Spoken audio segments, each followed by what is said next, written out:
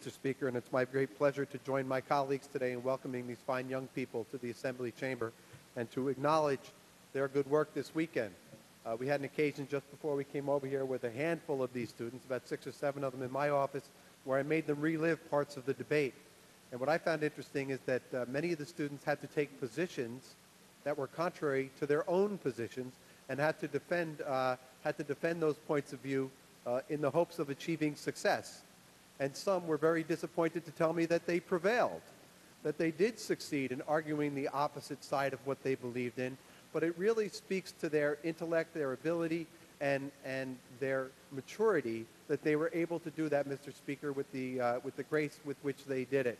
I'm not going to mention all the students who were in my office, but there are 2 students in particular I'd like to mention. One is the young woman who represented me on the floor, and her name is Diana Camano. Diana, raise your hand. There you are. And another is a young woman from the Ontiora schools, Phoebe McCann, who I think represented Mrs. Galiff, correct? Yes, represented Mrs. Galiff on the floor. And also extend an acknowledgement and recognition to Robin Panico for her good work with the BOCES BTAC Center.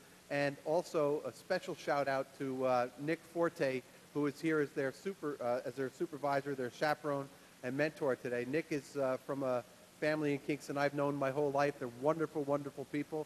And Nick has done a good job of making sure that these young people stayed on the straight and narrow this week, but also allowed them to blossom in the course of their debate. So, Mr. Speaker, I'd like to join my colleagues in asking you to extend the cordialities of the House to these very fine young people and their chaperones. Mr. Jose Rivera on the